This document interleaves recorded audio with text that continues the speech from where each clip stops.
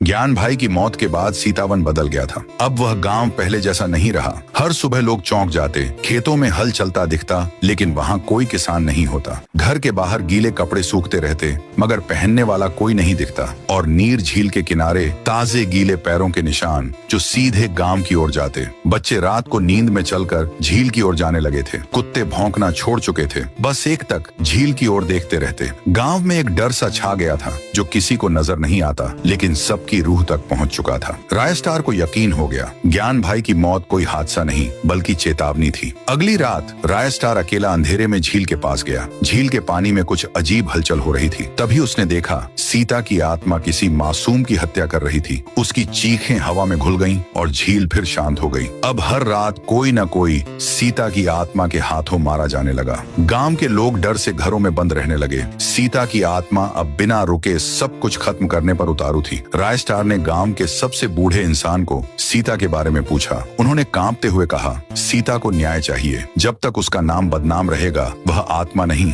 आग है। फिर आई पूर्णिमा की रात। रायस्टार फिर गया अकेला नीर झील के पास। नीला कोहरा फैला और झील से निकली सीता की आत्मा। नीली साड़ी, गीले बाल, जलती आंखें और डरावनी मुस्कान। रायस्टार बोला, तुम्हारे साथ अन्याय हुआ मैं जानता हूँ, लेकिन निर्दोषों को मारना क्या सही है? सीता हंसी, मुझे बदला नहीं, मुक्ति चाहिए, और तू गांव का हिस्सा नहीं है, इसलिए तुझे छोड़ रही हूँ। ये कहकर वो झील में समा गई। रायस्टार चिल्लाया, सीता, लेकिन झील शांत रही। और फिर हर रात झील एक नई जान मांगती रही। अगले सुबह उसका लाश झील के किनारे मिलता था।